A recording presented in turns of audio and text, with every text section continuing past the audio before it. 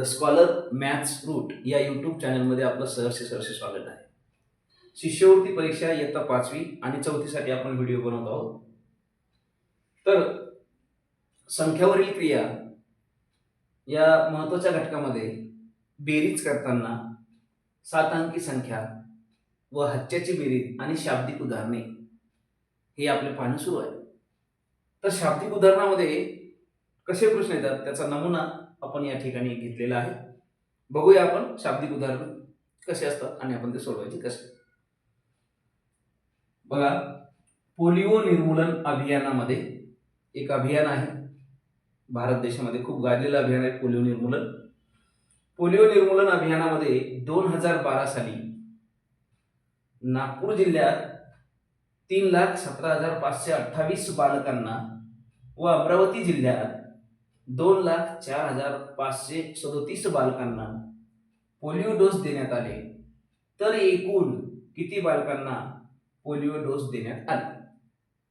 उदाहरण नीट वाचल्यानंतर आपल्या लक्षात येईल. एकूण म्हणल्यानंतर आपल्याला काय करायचे, या ठिकाणी बेरीज करायची आहे. पण कुणाकुणाची बेरीज करायची आहे? 2 जिल्ह्यांची माहिती या ठिकाणी दिलेली. पहिला जिल्हा आहे नागपूर आणि दुसरा जिल्हा आहे अमरावती. आता नागपूर जिल्ह्यात किती बालकांना डोस दिले? 3,17,528 आणि अमरावती जिल्ह्यामध्ये 2,04,537.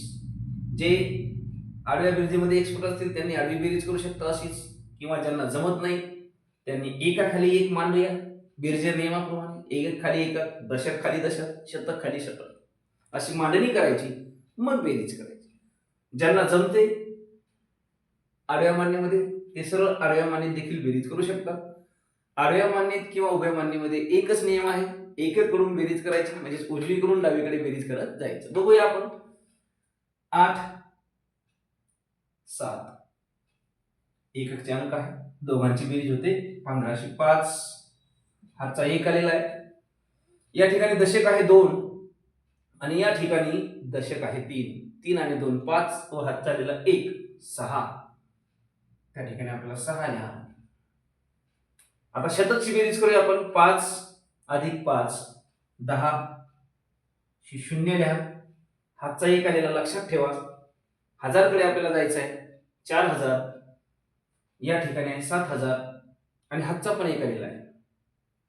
4 अधिक 7 11 होतात. हातचा 1 आला 12 झाले. परत एक हातचा आला 12 2 हातच्याला 1. आता या ठिकाणी 0 आहे 10,000 मध्ये, या ठिकाणी 1 आहे आणि हातच्या आलेला 1. 1 आणि 1 2. आता शेवटचा या ठिकाणी 2 आहे 2 लाख, या ठिकाणी 3 लाख आहे. हातचा काही आपल्याकडे आलेला नाही. 3 आणि 2 5. बघूया आपण पर्याय क्रमांक किती नंबरचा हे उत्तर आहे. बघा, 5,22,065, 5,22,065. 3 नंबरचा पर्याय आपल्याला या ठिकाणी उत्तर जुळतंय आणि ते बरोबर आहे. म्हणून आपण काय करायचं, 3 नंबरच्या पर्यायाला काय गोल करायचं.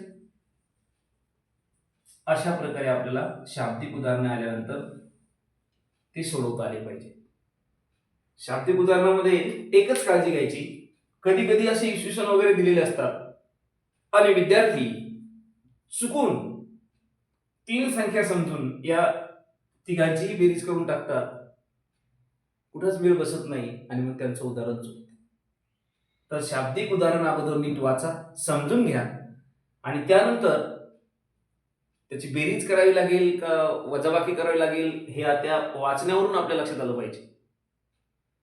अशा प्रकारे विविध प्रकारचे शाब्दिक उदाहरणं सराव म्हणून पुस्तकात दिलेले असतात. उदाहरणं सोडून पहा. एखादं उदाहरण जर अडचणीचं वाटत असेल तर नक्कीच आम्हाला चॅट बॉक्समध्ये कमेंट करा. तुमच्या कोणत्याही उदाहरणाचं आम्ही उत्तर देऊया.